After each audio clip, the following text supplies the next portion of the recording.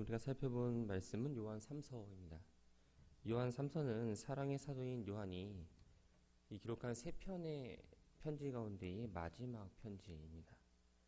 이 편지는 가이오라는 한 개인에게 보내진 편지입니다. 그래서 일반 교회나 성도들을 대상으로 쓴 요한 1서나 요한 2서와는 다르게 형식이나 내용면에 있어서 완벽하게 서신의 형태를 갖추고 있습니다. 이 요한 3서가 기록될 당시의 상황은 요한 1서 또한 요한 2서와 기록할 때 마찬가지로 대외적으로는 도미티아누스 황제의 핍박을 받고 있었습니다. 또 대내적으로는 외부에서 침투한 이 이단들 또 사도들의 순교로 인해서 지도자가 부족함으로 교회가 시련을 겪었던 시기이기도 합니다. 이러한 상황 속에서 쓴 편지이다 보니 다른 편지들에서 언급한 진리와 사랑의 메시지를 바탕으로 해서 특별히 복음 전파를 위해 아무런 보수 없이 헌신하는 순회 전도자들과 관련된 문제를 오늘 본문에서 다루고 있습니다. 1세기 후반 복음이 로마 제국 곳곳에 이제 확장이 되고 로마 교회가 세워지면서 더욱더 부흥이 일어났는데, 문제는 사도들이 하나씩 죽으면서 성도들이 올바른 그런 말씀을 가르칠 교사들이 많이 부족했습니다. 이를 보완하기 위해서 초대교회에서는 사도들로부터 직접 교육을 받은 순회 전도자들이 생겨났습니다. 당시 감독이 없는 지방교회에서는 순회 전도자들로부터 복음의 진리를 배웠습니다.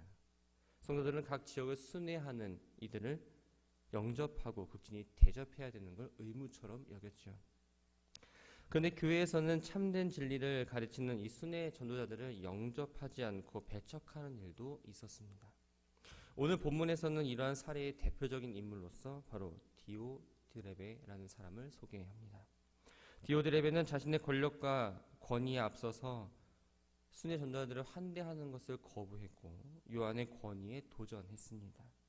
또한 전도자들을 대접하려는 사람들까지도 교회에서 내쫓는 일을 하는 등 교회 내부의 질서를 어지럽히기도 했고 혼란스럽게 만들기도 했죠. 이러한 사실을 알고 요한은 순회 전도자들에게 환대를 베푸는 가이오를 칭찬하고 또한 가이오에게 디오드레베와 같이 악한 모습을 본받지 말라라는 그 내용을 담기 위해서 오늘의 편지를 작성하였습니다. 1절과 2절은 서신서 형식에 따라서 발신자와 수신자를 밝히고 축복기도 함으로써 편지를 시작하고 있습니다. 요한은 편지를 보내는 자신을 요한 2서와 마찬가지로 장로라고 표현을 하고 편지를 받는 사람을 가이오라고 구체적으로 이야기합니다. 가이오는 당시 사회에서 아주 흔한 이름이었습니다. 이름의 뜻은 기뻐하다라는 의미를 갖고 있는데, 신약 성경에서는 바울에게서 세례를 받은 고린도의 가이오, 또한 바울의 일행 가운데의 한 사람으로서 에베소에서 일어난 난동으로 함께 고난을 당했던 마게도냐의 가이오, 또한 바울의 마지막 마게도냐 방문 때 함께 여행했던 더베의 가이오 등 3명의 인물이 더 등장합니다. 이 본문에 등장하는 가이오가 앞에서 말씀드린 3명의 인물 중에 한 명일지 아닐지는 정확하게 알 수 없습니다. 그러나 오늘 본문에서 나타나고 있는 가이오의 특징은 바로 사도 요한을 통해서 그리스도인이 된 사람이고 항상 진리 안에서 그리스도의 말씀을 따라 살며 요한으로부터 진정한 사랑을 받고 있는 사람이라는 걸 알 수 있습니다. 사도 요한이 가이오를 사랑하는 가이오 또한 참으로 사랑하는 자라고 부름으로써 진리 되신 예수 그리스도 안에서 서로 사랑하며 진정으로 거짓 없이 사랑하고 있다는 걸 보여줍니다. 2절을 보면 내 영혼이 잘됨같이 내가 범사에 잘되고 강건하기를 내가 간구하노라 라고 말합니다.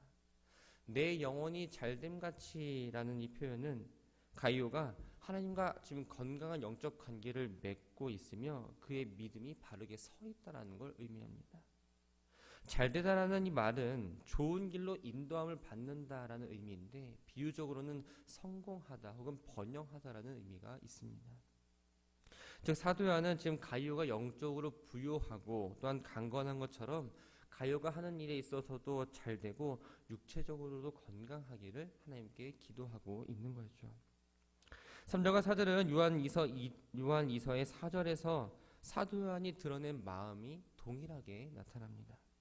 전도자였고 또한 목회자였고 사도였던 요한에게 있어서 자신이 복음을 전해 신앙생활하고 있는 성도들이 진리 안에서 살아가고 있다는 그 소식을 듣는 것만으로도 더 기쁜 건 없었습니다. 그래서 3절을 보면 형제들이 와서 내게 있는 진리를 증언하되 내가 진리 안에서 행한다 하니 내가 심히 기뻐하노라 라고 말합니다. 여기서 형제는 바로 사도 요한에게 가요에 대해서 보고한 사람들을 말합니다. 이들은 5절에서 나그네로도 표현되고 있습니다. 이들은 당시 초대교회의 빠른 성장을 사도들만 감당할 수 없기 때문에 사도들을 도와서 복음을 증거하고 각 지역을 교회를 돌보기에 세워진 바로 순회 전도자들을 말합니다. 순회 전도자들은 한 교회에서 파송을 받아서 그 지역 교회를 잘 섬기고 사역하고 있다가 다시 돌아와서 그 파송 교회에 보고하는 형식을 취했습니다. 순회 전도자들이 보고하는 내용의 중점 사항은 그 지역에 있는 성도들의 또한 영적 상태에 관한 거였죠. 사도 요한은 자신의 교회에서 파송한 순회 전도자들로부터 가이오의 소식을 듣게 되었던 겁니다. 가이오는 하나님 말씀을 기준으로 진리이신 예수 그리스도를 닮아 그리스도와 동행하는 삶을 살고 있었습니다. 이러한 모습은 사도 요한이 파송한 이 순회 전도자들을 예수님을 영접하는 것처럼 따뜻하게 맞이해주고 그들이 맡겨진 사명을 잘 감당할 수 있도록 전심을 다해서 도와준 것으로 나타났습니다. 순회 전도자들이 한 번만 가이오가 이렇게 잘했습니다라고 얘기한 것이 아니라 여러 차례 가이오의 약간 진리 안에서 변함없는 생활을 보고를 들으니 당연히 사도 요한 입장에서는 기쁠 수밖에 없었던 거죠. 5절부터 8절까지의 말씀을 보면 순회 전도자들의 환대를 베푼 이 가이오에 대해서 칭찬하는 내용이 나옵니다. 먼저 5절을 보면 사랑하는 자여 내가 무엇이든지 형제 곧 나그네된 자들에게 행하는 것은 신실하니이다 라고 말합니다. 가이오는 자신이 잘 알고 있는 그리스도인들에게만 환대한 게 아니었습니다. 나그네된 자, 바로 순회 전도자들을 귀하게 여기며 그들을 섬기고 지원하는 일에도 아끼지 않았던 거죠. 그것을 그냥 인간적인 마음이 아니라 바로 신앙에 기초해서 형제 사랑 또한 나그네 사랑을 몸소 실천했던 겁니다. 순회 전도자들은 계획된 일정을 마치고 나서 사도 요한이 감독하던 교회를 돌아 보고할 때 바로 교회 성도들은 이 가이오의 선행에 대해서 알 수 있었습니다. 그래서 사도 요한은 다시 전도자들을 가이오가 있는 곳으로 보낼 예정이었습니다. 그래서 가이오에게 전도자들이 다시 그곳에 가게 된다면 과거에 했던 것처럼 그들을 다시 잘 보살펴주고 또 여행을 하는 길에 또 전도하는 것 가운데에 물품이나 여비 같은 것들을 끝까지 잘 대접해줬으면 좋겠다라고 부탁을 합니다. 근데 이것이 일단 인간적인 부탁이 아니라 바로 하나님 보시기에 합당한 일이라고 이야기하고 있습니다. 그때 실제로 보면 왜 순회 전도자들을 잘 도와줘야 되는지 이야기합니다. 그들이 주의 이름을 위하여 나가서 이방인에게 아무것도 받지 아니함이라. 당시에 많은 헬라 지식인들은 자신이 알고 있는 걸 가르쳐준 다음에 그것을 들은 사람들로부터 돈을 요구했습니다. 그러나 순회 전도자들은 그렇게 하지 않았습니다. 이방인들은 박해를 당하고 있던 기독교에 대해서 동정하기보다는 오히려 적대적인 감정이 더 많았고 교회 내부에서도 전도자들이 살해를 받는 것에 대해서 비난하는 사람들이 있었습니다.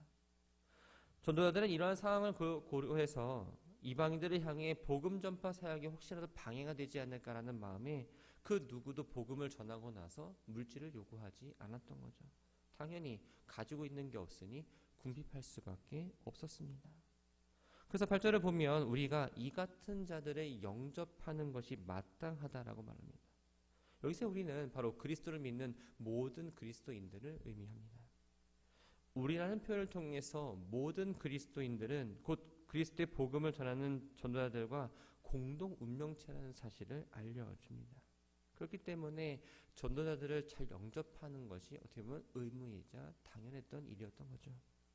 그들을 대접하는 방법에 대해서는 바로 영접하다라는 그 말을 통해서 이야기합니다. 영접하다라는 이 말은 받아들인다 또한 모신다라는 의미입니다. 순회 전도자들을 자신의 가정으로 맞아들여서 그들에게 따뜻한 음식과 잠자리를 제공하고 또한 그들이 잘하고 있다라고 격려할 뿐만 아니라 그들이 목적지까지 어려움을 당하지 않도록 여러 가지 것들을 잘 챙기고 지원해야 하는 것을 이야기하죠. 그들을 잘 영접해야 되는 이유에 대해서는 이렇게 이야기합니다. 이는 우리로 진리를 위하여 함께 일하는 자가 되게 하려 함이라. 진리를 위하여 함께 일하는 자는 바로 진리의 동역자이고 또한 진리의 협력자라는 걸 의미합니다. 순회 전도자들처럼 직접 현장에 가서 복음을 전하지는 않지만 전도의 동역자로서 전도하는 일에 협력하는 것이 된다는 거죠. 다시 말하면 순회 전도자를 영접하는 일은 그들과 짐을 나누어 지는 일이라고 이야기합니다. 그들과 힘을 합쳐서 불신자를 구원하는 일이고 또한 그들이 하나님께 상급을 받을 때 동일한 상급을 받을 수 있는 일이 되기 때문입니다. 9절부터 12절은 분위기가 좀 달라집니다. 교만한 지도자 디오드레베의 악행에 대해서 책망하고 그것을 본받지 말라라고 이야기합니다. 9절에 내가 두어 절을 교회에 썼다라는 표현이 나옵니다. 요한이 과거에 가이오가 속해 있을 뿐 아니라 디오드레베가 속해 있던 바로 그 교회에 편지를 보낸 적이 있다는 걸 의미합니다. 보낸 편지의 내용이 정확하게 무엇인지는 우리는 알 수 없습니다. 하지만 이 9절과 10절 말씀을 통해서 좀 유추해 본다면 아마도 요한이 보내는 이 순회 전도자들을 잘 대해줄 것과 또한 그들이 다른 곳에 갈 때에 좀 지원을 잘 해달라는 부탁이었을 겁니다. 그런데 으뜸이 되기를 좋아하는 디오드레베는 이 편지를 받아들이지 않았습니다. 또 편지를 전달하는 사람도 배척해버렸죠. 예수님은 마태복음 20장 27절에서 누구든지 으뜸이 되고자 하는 자는 너희의 종이 되어야 한다라고 이야기했습니다. 그러나 디오드레베는 스스로 으뜸이 되기를 원했지만 사도 요한이 보낸 편지를 묵살해버림으로써 사도의 권위를 먼저 무시했습니다. 또 잘못된 가르침에 근거해서 악한 말과 터무니없는 말로 사도 요한과 그가 보낸 수행들을 비방합니다. 또 그리스도인으로서 당연히 해야 할 의무인 형제를 접대하지 않았습니다. 그것도 부족하다고 생각했는지 순회 전도자들을 섬기고자 하는 그리스도인들을 교회에서 출교시켜 버립니다. 사도 요한은 디오드레베가 있는 교회에 직접 방문해서 그를 만나 그가 악한 행동했던 것들을 하나하나 지적하고 그것을 책망하겠다라고 이야기합니다. 11절에 보면 사도 요한은 디오드레베가 저지른 악행의 영향을 가이오가 혹시 받지 않을까 하는 염려에 이렇게 이야기합니다. 악한 것을 본받지 말고 선한 것을 본받으라. 그러면서 선을 행하는 자는 하나님께 속하고 악을 행하는 자는 하나님을 뵙지 못하느니라라고 이야기하죠. 선을 행하는 자, 바로 앞에서 말한 것처럼 진리의 말씀을 따라 형제들을 사랑하고 나가는 자들을 영접하는 사람으로서 이러한 선을 행하는 사람은 바로 하나님께 속하였다, 구원받아 하나님의 자녀다라는 것을 증명하는 거라고 이야기합니다. 반대로 악을 행하는 자는 자신이 하나님의 그 빛 근처에도 가지 못하였음을 증거하는 거죠. 그렇기 때문에 사도 요한은 가이오에게 지금 하나님께 속한 자로서 선을 행하는 자가 되라고 권면하고 있는 겁니다. 그리고는 데메드리오라는 사람을 소개합니다. 이 데메드리오라는 사람을 주변의 모든 사람들도 칭찬을 받는 건 물론이고 성경에 비추어봐도 부족함이 없으며 요한 자신이 보기에도 칭찬받기에 충분한 사람이라고 이야기하고 있습니다. 본문의 데메드리오가 구체적으로 누구를 가리키는지는 정확히 알 수는 없습니다.